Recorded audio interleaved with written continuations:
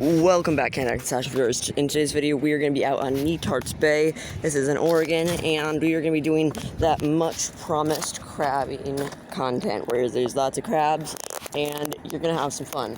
So let's get to it. So first of all, one of the things I want to say is if you're on this rocky area of the shore of Netarts Bay, anywhere you look where it's down by the water, right now it's at low tide at about 9:15 in the morning. So if you're out here and down here, what you're going to see, if you pick up any of these rocks, are going to be crabbies. Lots of little crabs. These, I'm actually not sure what type of crab they are. I think they're reds or greens. Then, if you go out into this water, not only will you see things like starfish, not sure how well you can see it. Let me find you a better one. Here's a better starfish. Right there, that you can find in the water. You'll also find things like small sculpin, which I can try and flash a photo on screen for, and other small, there's surf perch in here too, if you're wondering. This is an Dungeness crab. He's been out on shore, and there's a better starfish for you. But yeah, that's what you need to know about starfish. Oh, they also hang out in nests like this. So when you're crabbing for the crabs, they're actually in the water because the ones that are on shore, they're almost always smaller. By the way, let me just show you. That's a red crab right there, not the Dungeness. You can kind of tell by their coloration right here. Also, to find out if they're a male or a female, be careful how you grab them. Just you're gonna do this. I'm not sure about it. Getting this on photo. Make sure to never. Normally, just wear gloves is my advice. But you can grab them like this from the back. As you flip them over, you'll be able to see. See that shape right there? That means they're female. They've got that big oval dome like that. Let's get her back to the water, or back to the rocks where she was hanging out. That's a red like I just showed you. Notice the coloration on their backs and the size of their claws. These are some dead ones. Right now, this is August. They are currently molting right now. So most of them are going to be small. A good rule of thumb for crabbing is that if they are large crabs, if you're going for large Dungeness crabs, you go for a month that has an R in the name of the month. For example, September, October, November. Most of summer is not actually the best. It's just when a lot of people come out here because the weather's the nicest. This is my bucket over here. It's about to fall over right here. And we have some Dungeness crabs. None of these are actually keepers, but you can tell they're actually a lot bigger than the other ones. These ones are all female, and some of them are too small too. So there they are. Yeah, they're all too small, but you can see what they'll use. I've been using actually some dead crab, but a lot of people use fish or mainly chicken to get it out. I'm currently shore crabbing because I don't have the money to buy a boat. If a boat company wants to sponsor me, thank you very much. I'd love that. So there's all these people. They're using buoys to... Hello? Yeah, so I'm right here. Water's coming in. So, and then we've also got... one thing you're going to need if you're going to be crabbing is... Actually, let me go pull in my pot from over here. Someone just asked if I had got any crabs so far. And I have, but normally what they're asking about is keepers. So I probably should have said no. But I have gotten crabs, just not keepers. And along any of these little rocks that are currently on camera, if you look under them, you're probably going to find some crabs. Little small ones, little rock crabs. Sometimes in the water you can even see them. At low it's easiest to do it at low tide because they come in closer to shore.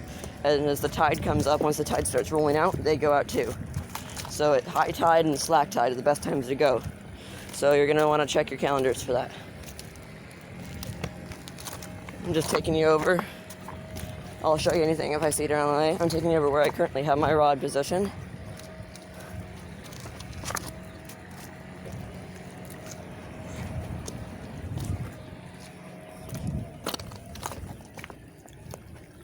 There's another starfish right there.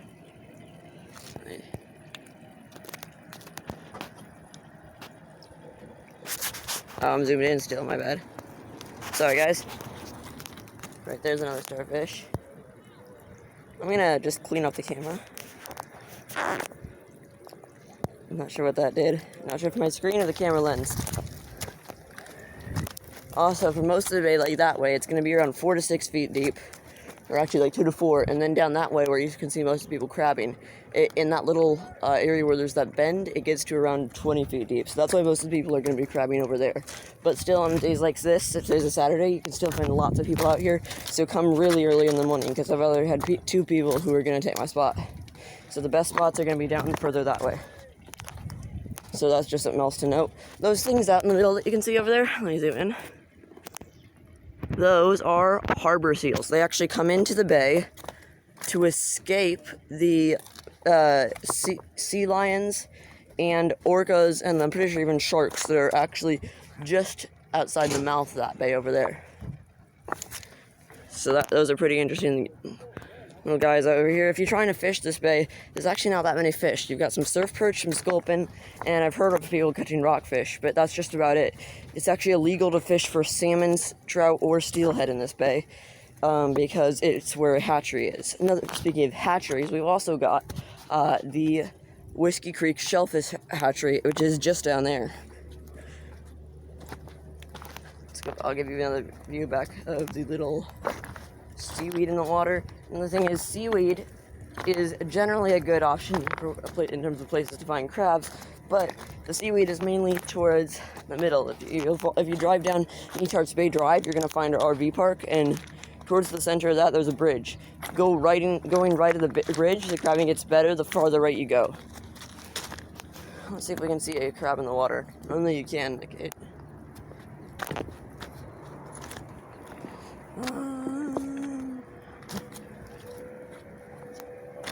The whole reason for this trek is because I wanted to show you my rod.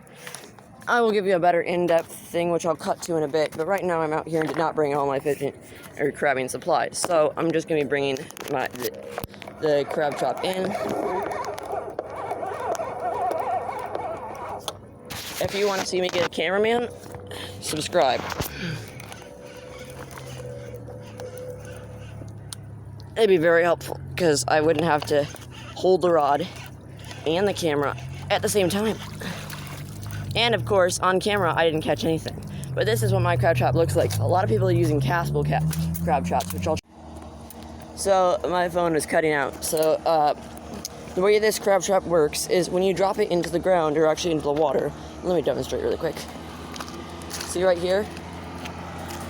So, when I pick it up, it's like this, but when I drop it in the water, it opens up. That way the crabs can crawl inside and get to whatever's in that little mesh cage right there, and then are trapped when I close it back up. That's how the crab traps work. If you're watching this video about crabbing in Netarts Bay, you probably already know that, but I'll still show you. I'll show you more types of crab traps once I cut to the next scene, probably, because that is what you're going to need to know for if you're buying some. I don't recommend getting the small square castable ones. I've lost 5 so far on this bay alone, so I would not recommend that. Instead, I think it's 6 right now. Instead, what I recommend doing is buying one like this, or buying a boat and the bigger crab cages. They'll end up serving you a lot more.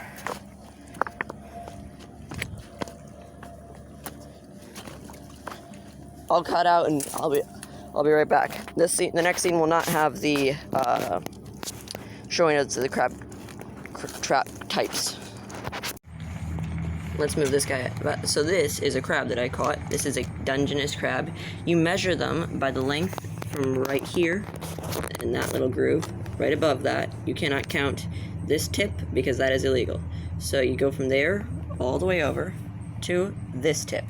And it needs, in Oregon at least, to be 5 3/4 inches. So what you're going to really want to have is a measure that will really help you, and that will make sure that you're getting legal size ones. The way to hold these crabs so that they don't pinch you, this one's dead right now, but the way that you would hold it, you can pick it up by it right here with one hand. They cannot reach behind themselves to pinch you. So that's how you do it. This guy's, yeah, he's dead. They're very big crabs, but yeah, and the way you tell if they're a male or female, right here. A male has this sort of straight pointed, whereas for a female it would be a lot more curved, rounded, and then it would go up. I think I showed you that already. One thing you're going to also want to have some sort of is something to put the chicken in, and the chicken is what you use as bait. A lot of times it's going to be inside pouches like that. I'll show you another example in a second. To cook the crabs, what you would use is you would use a crab cruncher or some sort of knife that you can put blade up. Then you would flip the crab over, put the bottom of the shell on the blade, and then press it down repeatedly, and that would crack the shell. That normally kills them when they're still alive. This guy happens to already be dead, which is nice. So what you would do is you would tear the arms off from those sockets right there. There's a lot of meat, and then you can just cook them for 25 minutes. I will flash up on screen a photo of what they turned out, because I put them with clarified butter. It tastes very good, and almost as good as what it feels like once you subscribe to Netarts and Satchel, I'd have to say. Just very close, honestly. So, yeah, next segment. So the different types of crab traps that you'll mainly see will be as shows. This one, which you can hook to a rod or just a piece of rope and throw it. And the ones that you see, and then the one that I'll put on right now. These are one of the types of crab traps I've been trying to tell you about, but these are, I'll get more into these in a second. These ones spring open. Also, make sure to be careful of barnacles. They can do lots of bad things to your hands, like they did mine. And we're back. This is a type of crab trap that the big cage ones that crabbers who have boats use. So basically what they do is they crawl in through here, and the bag with the bait in it is actually right here on it. And then they can't get back out. You have to have a boat for this because you can't really throw it far enough from shore to be able to make it work.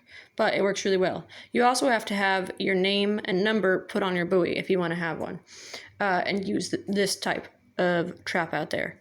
You're only allowed 3 traps per person, and you have to have a license to be able to go crabbing at all. But that's basic rules for that.